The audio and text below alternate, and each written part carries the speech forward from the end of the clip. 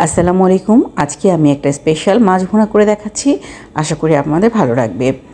এখানে আমি পাঙ্গাস মাছ নিয়েছি আর মাছের মাথা, লেজ আর কিছু টুকরো নিয়েছি। সবগুলোকে আমি ছোট ছোট পিস করে কেটে নিচ্ছি। হালকা কুসুম গরম পানি দিয়ে মাছ কিন্তু খুব ভালো করে ধুয়ে পরিষ্কার করে নিয়েছি। লেবুর রস দিয়ে দিচ্ছি প্রায় 2 টেবিল চামচ পরিমাণ, হাফ চা চামচ করে আদা রসুন পেস্ট, সামান্য পরিমাণ লবণ আর সামান্য পরিমাণ হলুদ দিয়ে মেখে রাখছি 10 মিনিটের জন্য। প্যানে একটু বেশি করে তেল দিয়ে দিচ্ছি আর মেখে রাখা মাছগুলোকে দিয়ে হালকা করে ভেজে নিচ্ছি। চুলার আঁচ হাই টু মিডিয়ামে দিয়ে ভেজে নিতে হবে। স্লো হিটে ভাজলে কিন্তু মাছ থেকে পানি ছাড়তে শুরু করবে।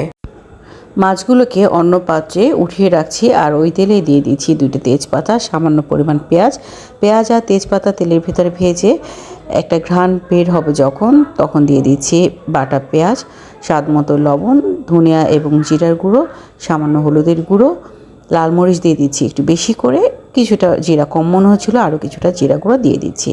সামান্য পরিমাণ পানি দিয়ে খুব ভালো করে মশলাটাকে কষিয়ে নিচ্ছি।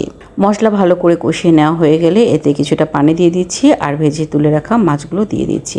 যেহেতু মাছটা ভেজে নেওয়া হয়েছে তাই মাছটা কষাবো না, এই পানির ভিতরে দিয়ে ভালো করে সেদ্ধ করে রান্না করে নিচ্ছি। আর তার আগে দিয়ে দিচ্ছি 2-3টা কাঁচামরিচ। রান্না প্রায় শেষের দিকে, এখন ধনিয়া পাতা দিয়ে একটু নেড়ে মিশিয়ে দিচ্ছি।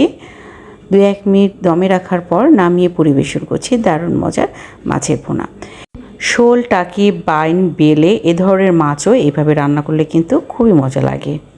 তো বন্ধুরা, আজকে এই পর্যন্তই। ইনশাল্লাহ আবার দেখা হবে নতুন কোনো রেসিপি নিয়ে। আল্লাহ হাফেজ।